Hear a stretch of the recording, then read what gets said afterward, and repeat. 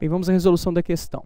Nesta análise da cultura, a posição de Geertz é manter a análise das formas simbólicas o mais estreito possível com os acontecimentos sociais e ocasionais concretos, organizando as formulações teóricas com as interpretações descritivas. Para Geertz é fundamental olhar as dimensões simbólicas da ação social, arte, religião, ideologia, ciência, lei, moralidade, senso comum, e não se afastar dos dilemas existenciais da vida, e sim mergulhar no meio delas.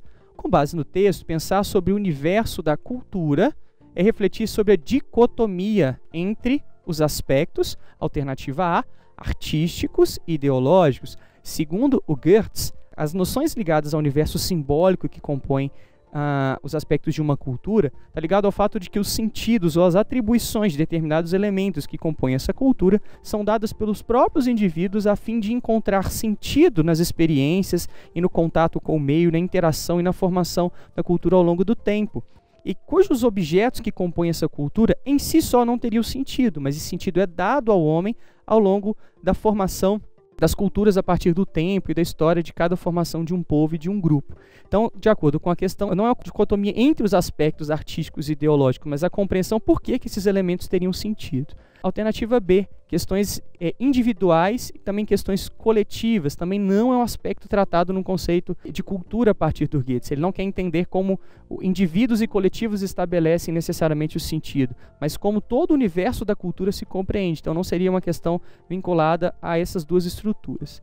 Alternativa C, questões materiais ou relacionados ao universo material, universo simbólico, os aspectos simbólicos.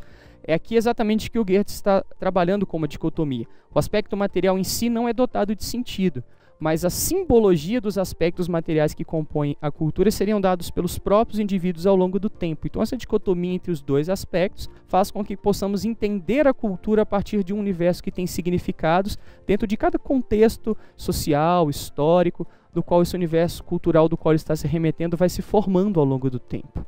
Alternativa D, aspectos teóricos e científicos, também não é o que está sendo mencionado no texto, não é uma dicotomia, e a ciência também não estaria necessariamente ligada ao universo da cultura, apesar de também poder sofrer influências dela. E alternativa E, descritivos e moral. Por mais que tenhamos aspectos de uma cultura vinculada à noção descritiva, não é isso que englobaria também uma questão de dicotomia em relação ao universo moral, cujos princípios também são relegados a um processo histórico, mas não necessariamente formaria o universo da cultura do qual ele está remetendo ao texto. Então, a alternativa correta, aqueles aspectos que compõem a formação da cultura de maneira dicotômica, quer dizer, que seriam opostos, seriam o universo material e o universo simbólico, que comporiam exatamente a noção do universo da cultura segundo Geertz. Alternativa correta, alternativa C.